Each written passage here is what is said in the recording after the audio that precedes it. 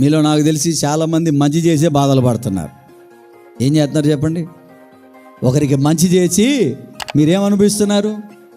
ఉన్నారా లేదా? మీలో ఉన్నారు, చాలామంది ఉన్నారు నాకు తెలుసు. 10 మందికి మంచి చేస్తున్నారు, వాళ్ళ ద్వారా మీరేం పడుతున్నారు చెప్పండి? వాళ్ళ ద్వారా మీరేం పడుతున్నారు? బాధ. ఇది మీకు మంచిది. ఎందుకో తెలుసా? ఇది దేవుని చిత్తం. ఎవరి చిత్తం అండి? చెప్పండి, ఎవరి చిత్తం? మనం ఏమనుకుంటాం తెలుసా? ఎన్నిసార్లు ప్రభువా? ఒకసారి అయితే అనుభవించవచ్చు. ఎన్నిసార్లు మంచి చేయాలి ఇలాగో? ఎన్నిసార్లు అయినా కానీ చేయాలి, తప్పదు.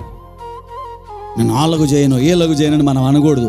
మేలు చేసి బాధపడితే అది మరీ మంచిది. ఎందుకంటే ఇది తండ్రి, చెప్పండి, ఇది తండ్రి చిత్తం.